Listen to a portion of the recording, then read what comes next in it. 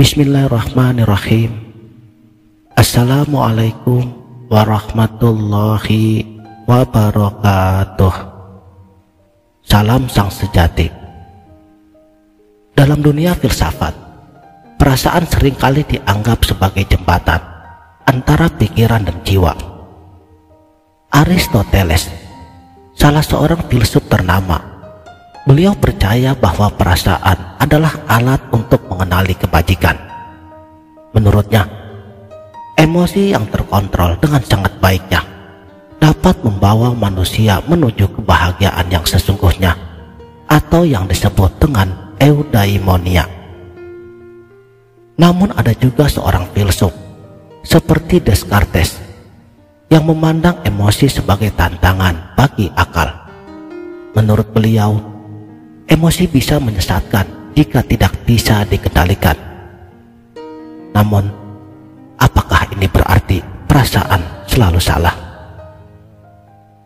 Dalam pandangan Islami, perasaan bukanlah musuh akal.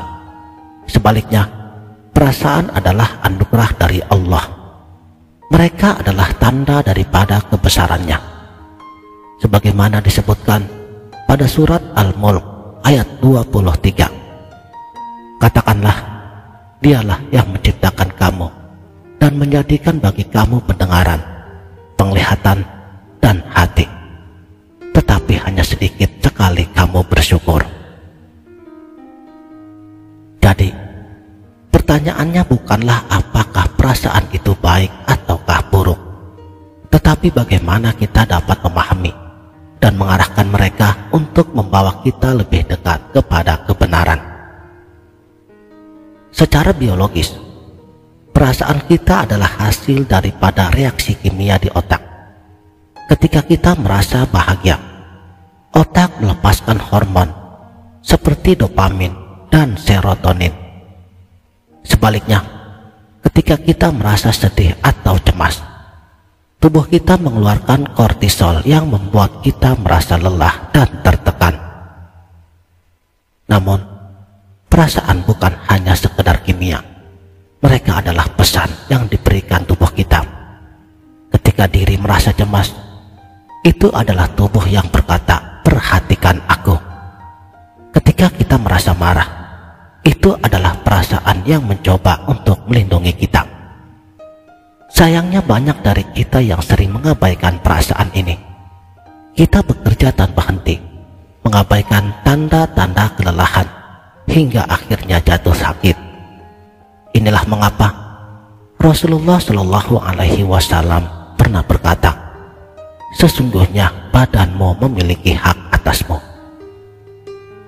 Jadi, dengarkan tubuh kita, dengarkan perasaan kita. Mereka tidak pernah berbohong. Saudaraku, sang sejati, perasaan adalah bagian daripada fitrah yang diberikan Allah. Dalam Islam, hati atau qalb memainkan peranan yang sangat penting. Sebagaimana firman Allah pada surat Al-Hajj ayat ke-46, "Maka apakah mereka tidak berjalan di muka bumi, lalu mereka mempunyai hati, yang dengan itu mereka dapat memahami, atau mempunyai telinga, yang dengan itu mereka dapat mendengar." Hati adalah pusat dari perasaan kita, dan jika hati itu bersih, maka seluruh perasaan kita akan terarah.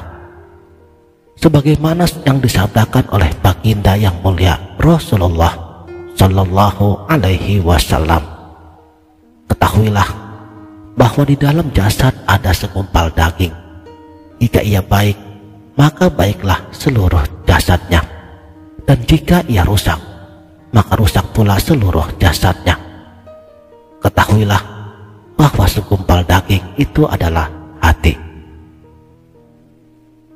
Jadi, bagaimana kita bisa menjaga hati? Dengan sholat yang khusyuk, karena sholat adalah cara kita berbicara dengan Allah. Dengan zikir, karena dengan mengingat Allah, hati menjadi tentram. Dan dengan berbuat baik kepada sesama, karena kebaikan adalah cerminan dari hati yang sehat. Coba bayangkan, Jika perasaan kita bisa berbicara, mungkin mereka akan berkata, "Mengapa kamu abaikan aku saat aku memintamu untuk beristirahat? Mengapa kamu membiarkan aku tenggelam dalam amarah? Padahal aku hanya ingin kamu belajar untuk bersabar. Aku hanya ingin kamu menjadi versi terbaik dari dirimu sendiri." Perasaan adalah alat, bukan Tuhan. Mereka harusnya membantu kita, bukan menghancurkan kita. Dengarkan suara mereka dan temukan makna di sebalik setiap emosi kita. Karena pada akhirnya, perasaan kita adalah anugerah dari Allah. Mereka adalah pesan-pesan kecil yang membantu kita untuk terus berjalan di jalannya. Jadi, apa yang perasaan kita coba katakan kepada kita akhir-akhir ini? Tulis di kolom komentar, atau mungkin luangkan waktu untuk menuliskannya di jurnal Anda. Dengarkanlah suara hati dan biarkan mereka membawa kita lebih dekat kepada kebahagiaan yang sesungguhnya. Demikianlah, terima kasih telah menonton. Sampai jumpa di video berikutnya. Wabillahi taufik wal hidayah. Wassalamualaikum warahmatullahi wabarakatuh.